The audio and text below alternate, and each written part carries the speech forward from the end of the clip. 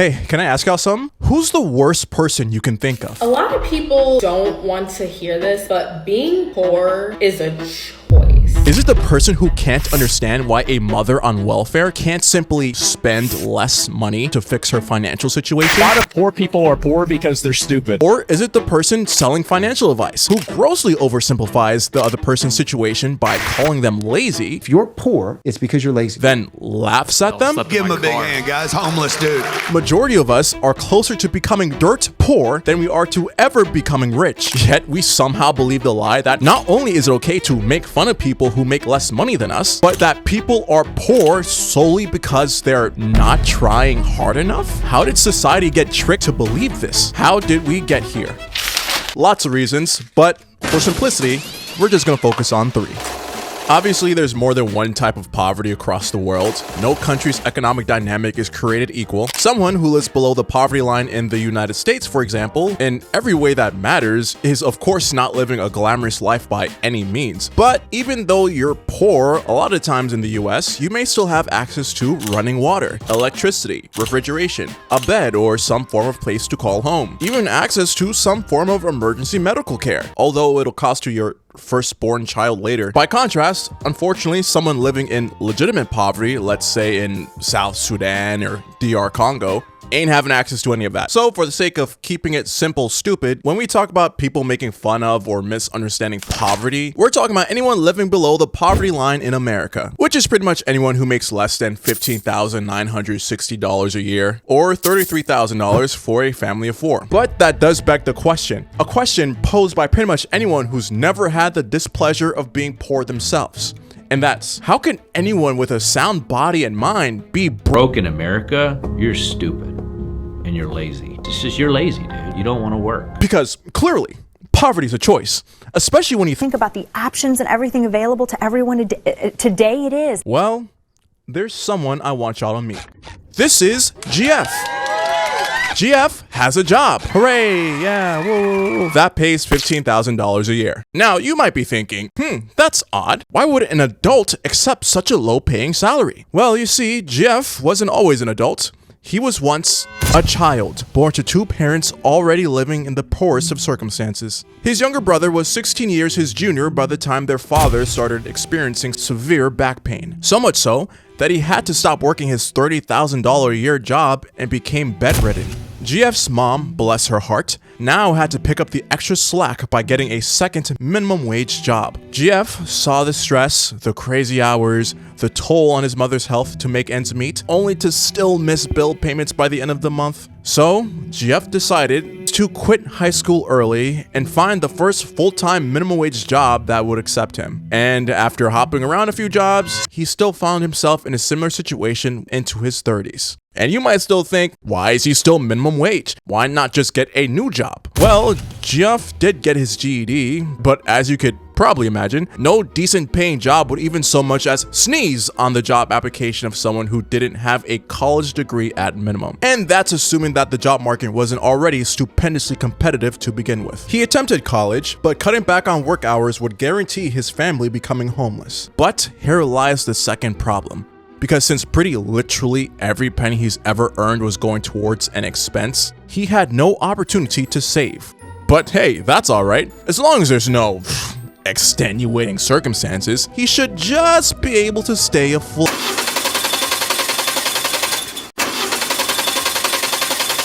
Well, there goes the family's one mode of transportation, and now has to wake up 2 hours earlier than normal to get to work on time just because he can't cover a $200 expense. But what happens in a year when the lack of sleep affects his health? GF qualifies for Medicaid, a free government-assisted healthcare program in America only qualified for those living under the poverty line, which is great.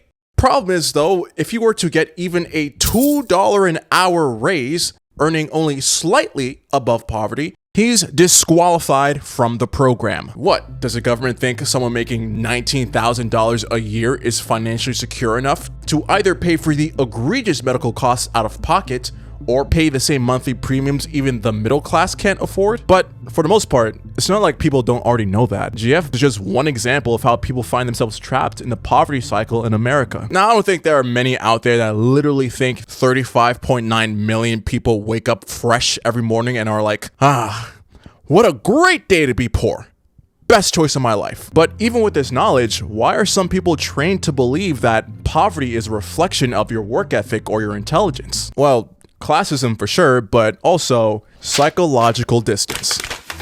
Classism is the belief that a person's social or economic status determines their value in society, essentially holding a prejudice or discriminating against someone because they're in a different social hierarchy than you. You know that one friend who always comments on how cheap your clothes look and think just because you're not buying the same expensive clothes they are, that must mean you don't care about your appearance? Or that one coworker who can't seem to understand that the reason you haven't traveled to the 50 countries they had is because it was a better use of your money to help your mom pay off her debt, and they're using that as a reason to say that you lack life experience. You're not cool because you've traveled to a lot of places, because traveling has basically become the most entry-level status symbol. Yeah, it seems like for some reason, people who are lucky enough to be born into money can't fathom the idea that not everyone has had the same opportunities they had. And the reason why we can't simply pay for the similar experiences they had is because that money would be better spent towards literal survival. It's not entirely their fault though. A lot of people hold this belief because of how they were raised. Maybe they were taught to not hang around with certain people because their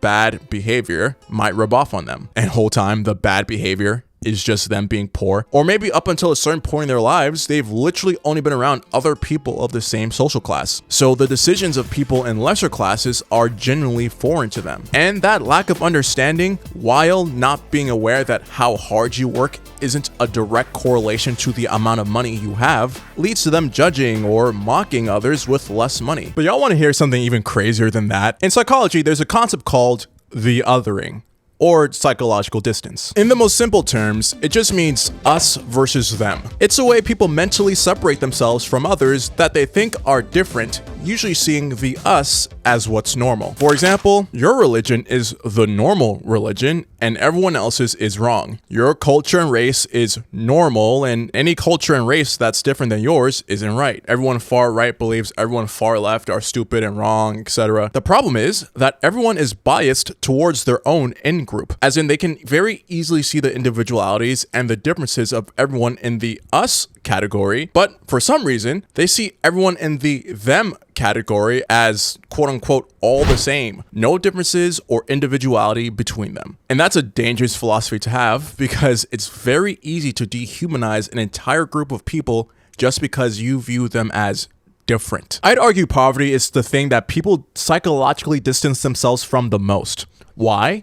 Because it's something everyone fears. Financial insecurity is a circumstance people want to avoid. No one wants to lose a main source of income, become homeless, not be able to support themselves or their families. In a lot of people's minds, true poverty may as well be a death sentence. So as a result of that fear, people want to separate themselves as far away from that reality as possible. They attach beliefs in their own head that kind of barricade them from that ever being true. Oh, I'd never end up like that. Those people are different than me. Poor people just made bad choices, and I won't make those same mistakes. Being broke or poor is a choice, which is why I don't typically respect people who don't have money. Just simply being in the middle class and surviving is really, really easy to do. So when people say things like, poverty is a choice, if I were poor, I'd be able to get out of it anytime I wanted, I believe that they believe what they're saying is true, but not because it's founded in reality, but because they're terrified to accept the reality that, God forbid, they end up in a worse spot themselves that they wouldn't be able to get out either. Essentially, it's easier to believe that poor people simply don't work hard. Therefore, as long as I work hard, that won't happen to me. So, literally cope. Which is why it's so easy for self-help financial gurus to swoop in and prey on that fear. I'm not saying there aren't people out there who are looking to give others genuine financial advice for free in order to help them out, but what business model would these people have if their customers weren't afraid of staying where they were or going backwards? They're more than aware of this, so they perpetuate the belief that poverty is a symptom of laziness. Lazy people always say, I can't afford it. I don't have the money.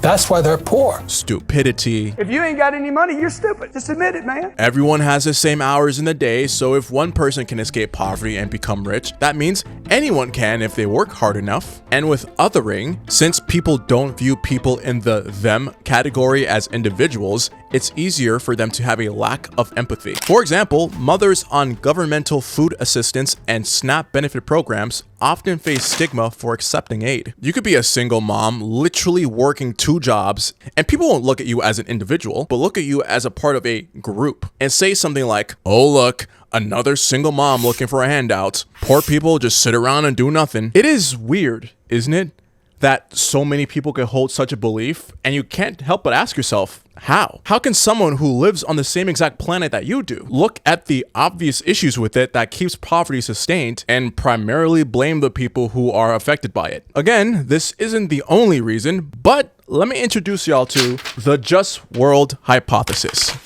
The Just World Hypothesis, or its more fitting name, the Just World Fallacy, is the cognitive bias that believes every consequence to an action is morally fair and fitting to the actor involved. Essentially, it's belief that quote-unquote good people will always be rewarded and bad people will always be punished. Therefore, if you're someone in an unfortunate circumstance, aka poverty, you must have done something wrong to deserve it. Because the world is always fair and just, right? People always get what they deserve. Who cares that you just got laid off last week? You should have had 10 job interviews lined up just in case. Who cares that your dad was diagnosed with Alzheimer's when you were 16 and you had to quit school to pick up 2 jobs just to keep the house and pay for his medical bills? You should have went to college anyways. And you know, on the surface, it's not the worst thing in the world to want to believe, right? Who doesn't want to believe in a world that's fair and just? One of the reasons why this fallacy is such a problem is that it could very easily tiptoe into the victim blame category. You hear a story about a woman who was assaulted and your first thought was, well, what was she wearing? She probably led him on. It's her own fault for being so pretty. For a lot, if not most people, it would be preferable if life was just a little bit more predictable. If having and living a good life is a direct result of your works, that circumstances outside of your control won't be the main deciding factor as to how you end up in life, because it's pretty hard to cope otherwise. That a random tragedy can occur and there's literally nothing that you can do about it. But wait, let's look in the opposite direction, right? Are there people out there who make objectively wrong financial decisions, stupendous purchases, and are in poor financial situations as a direct result of their own actions? I mean, duh.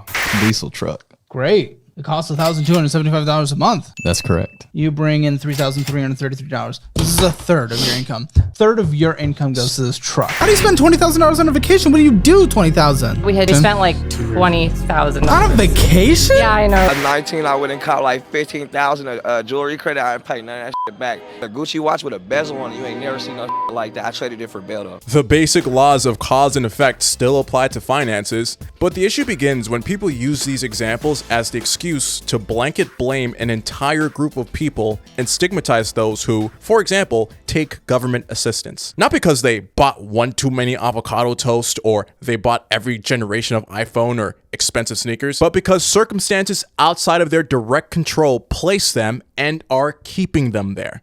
Think about it like this. Let's say GF wanted to, oh hey, GF's back everyone. Yeah, there you go. Let's say GF wanted to buy a new pair of boots. He goes to the store, he sees 2 options, a pair for $40 and a pair for $200. Haha, but you see, GF ain't stupid with his money. And even if he could somehow scrape together the $200, GF knows paying $160 less for something he needs is the obvious right financial decision. Except when it gets destroyed 4 months later, literally becoming unusable. Wouldn't you know it, things that are cheaper are usually made cheaper too. But that's alright, because Jeff went back to the same store and got the same pair of boots again for an additional $40. Sucks that he now spent $80 on the same exact expense, but hey, maybe this time it'll last. Well, if you were to keep this up over the course of 10 years, buying the cheaper option, Jeff would end up spending double the cost of the more expensive item long term, where if he simply had the disposable income to buy the more expensive option in the first place, he would have only had to purchase it once, saving money ultimately. Okay, sucks he didn't know that originally, but maybe he has enough left in his bank account to get more. Wait, what? A monthly maintenance fee? But Jeff has money in his account for sure. Why are they charging more money for... You have to maintain a certain balance or else you get charged? But with the amount of basic necessities he has to pay, he'll almost never hit the maintenance. Whatever. Banks are scams anyway. Let's just go pick up some groceries on our way home. What are the supermarkets around where you live again? Wait, what do you mean you don't have any proper supermarkets by where you live? I know you live in a low-income neighborhood, but surely there's a Whole Foods or Trader Joe's, maybe a Key... What the hell's a food desert? Wait, so you mean to tell me, in order to purchase decently priced, nutritious foods, you'd either have to pay to travel a far distance, which costs money you don't have, settle for buying at smaller non-chain corner markets that upcharge their prices to hell, or buy cheap fast food? That, like the boot example, will end up costing you more money long term? Well, maybe McDonald's for dinner, again, won't be so bad, huh, Jeff? You gotta be careful, you're not getting government assistance anymore. I can't imagine the hospital bill if you get sick because you keep eating stuff like this. Huh? The payment went through, but now you overdraft your account? I forgot, it's the end of the month. Maybe a couple bills automatically charged you? $35 overdraft fee? For every time a payment went through? They're literally charging you for being... You know what? This is ridiculous. You've been meaning to cancel your bank account anyways. From now on, let's just get our checks physical and make payments through the mail. And pray to God the mail deliveries make it on time so we don't get some stupid late fee or something. Really? $10. Every time you want to cash your own check, you have to give $10 of your own money to get it. Oh my God, it's like everywhere you go, you're getting charged more money for simply not having enough money in the first place. Almost as if, you know, it's by design. As in like, all of this was intentionally created to be this way. No, I mean like there are groups of people who directly benefit from people staying like this. Anyways, congratulations, Mr. Musk, at being the world's first trillionaire. But it has to be more than that though, right? Sure, you can have a bunch of people believe that poor people deserve the hand that they're dealt, that they should have done things to avoid the situation that they're in. But in a vacuum, these beliefs don't tend to spread unless there's an aggressive outside force stoking the fire. But that's when we get to the last part, media representation and using poverty as entertainment. The stereotype of the so-called welfare queen has been used to demonize those on public assistance for decades. It's a politically potent image depicting an undeserving aid recipient getting rich on the backs of taxpayers. Politicians, including former President Ronald Reagan, have been accused of exploiting this image as a kind of racist dog whistle. Chicago, they found a woman who holds the record. She used 80 names to collect food stamps, Social Security, veterans benefits for 4 non-existent deceased veterans' husbands, as well as welfare. Her tax-free cash income alone has been running $150,000 a year. Riddle me this. How can people who've never been poor themselves or haven't been around many poor people possibly come to the conclusion that a mom on welfare isn't using government assistance to help pay for food, clothes, and rent for her 3 kids, but rigging the system, stealing money from the common taxpayer, and instead using our money to be lazy, avoid going to work, and getting a Lamborghini or something stupid, I don't know, because it's all a lie. A lie that's been repeated in media for literal decades. And as we all know, repeat a lie long enough and people will eventually stop questioning if it's true or not, and won't even bother fact checking. And tapping into society's fear, presenting a problem, then offering yourself as a solution to the problem you just created is basically Politics 101 to get votes. In the 1970s, when Ronald Reagan was campaigning for president, he told a story of a black woman from Chicago, Linda Taylor. He painted her as this vicious welfare fraudster who tricked the system and stole $150,000 of welfare in a single year, crafting a story that not only is this not a rare occurrence, but that welfare fraud is a widespread phenomenon, that Linda is simply one story of millions on welfare who are taking advantage of a system to be lazy, to steal your hard-earned taxpayer dollars so they can live an easier life themselves. Do I need to be the one to tell you that this is inaccurate? In fairness, she was convicted for criminal activity, and yes, one of those charges was for welfare fraud, but $9,000 worth over the course of several years. Well, not 150,000 in 1 year. That's like if a 3-year-old were to steal 5 Jolly Ranchers from a candy store, and the store owner recounted the story as grand larceny, and using that as an excuse as to why every candy store in the country should ban 3-year-olds from stores. But when you're a politician trying to weave a story to get voters angry, the facts don't actually matter. Let's just so happen to ignore the fact that welfare fraud was literally the least concerning crime she's accused of. He got the votes he wanted though, and won the campaign, large in part due to his promises of welfare reform, but at what cost? The perception of every black woman, mother, or woman of color who just happens to need government assistance to get by, but are now stigmatized in doing so, making an already difficult situation even worse. Especially when, check this,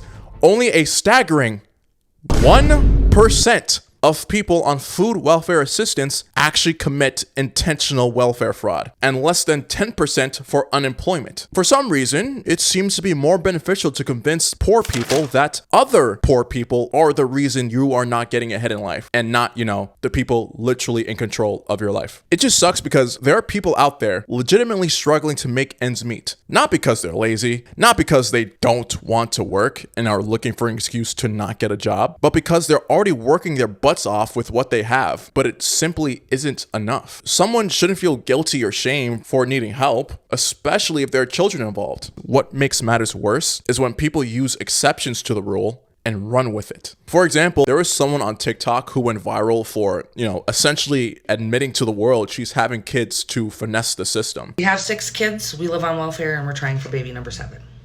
I decided I want to try for baby number 7 because we're on welfare. Okay, so you don't actually have to work until the baby turns 7, and our youngest is turning 2, so I decided it's time to try for another baby. But of course, people who already dislike the welfare system, already believe their taxpayer dollars are being wasted on the poor, are taking this as gospel, confirming their bias and perpetuating the fear, ignoring the fact that for every one person who's abusing the system, there's hundreds of thousands of people where that extra assistance is the difference between them getting their next meal or not. But I guess the truth isn't as entertaining, is it? Why highlight the genuine struggle of what systems are in place that cause people to be trapped in the poverty cycle when you can instead make fun of their eating choices? That mom that used her EBT to spend $27 worth on cupcakes so her son can take them to his ABA therapy session for his birthday. This is why I don't feel bad about EBT being cut off in the month of November. You don't spend it right. Their homes. I'm in the ghetto. And literally use it as poverty porn. The majority of the residents on this road are claiming benefits. They think we're scroungers, but they don't ask why we're not working. And with more cutbacks on the way, come round and bring your best, you skinny little cow. Life is getting harder. We stick together on this estate. We stick together, all of us. The Return of Benefit Street. The new series starts Monday at 9. For ratings, clicks, views, branding / making themselves look like a better person maybe. It basically puts viewers and audience members in the mindset that view the poor kind of like zoo animals. Wow, look at this person who lives so much differently than us. Wow, how could they live like that? Black women and other women of color are disproportionately targeted the most, viewing them as hyper-fertile and irresponsible and deserving of poverty, which is wrong, obviously. Now, I'm gonna try my best to tie this all together because making fun of poor people goes beyond just hurting someone's feelings and even further than just stigma. People are literally getting denied emergency assistance because of stricter requirements and no wiggle room for unique cases. Thanks to public perception of needing to have stricter welfare reform, in order to qualify for many assistance programs, you need to, in some cases, have no savings at all to qualify. There are limits to the assets someone can hold, meaning it literally discourages low-income families to save on their own, which puts them in a predicament where they have to stop saving money because they can simply just get more money from the government short term. People need to log job work hours and pay stubs in order to qualify for other benefits like food stamps and needing to hit a monthly work hour requirement, which was born from the idea that people need to be incentivized to work and not rely on this benefit forever. But the issue with the system as it is that many low-wage jobs don't have predictable schedules and work hours. Some are seasonal and or on a shift-by-shift basis, so a lot of times people can't even even hit the monthly requirement even if they wanted to. You know the craziest part about all of this is that whether or not you believe that poverty is just a symptom of laziness, or you understand that sometimes people are just dealt a bad hand and there are things in place that are just keeping people there, both sides for the most part agree that poverty should be eliminated and things should be put in place to make that doable. I just don't think pulling the rug from under someone's feet, getting rid of all social benefits altogether while making fun of them for being where they are is the best way to do that. You know? Anyways.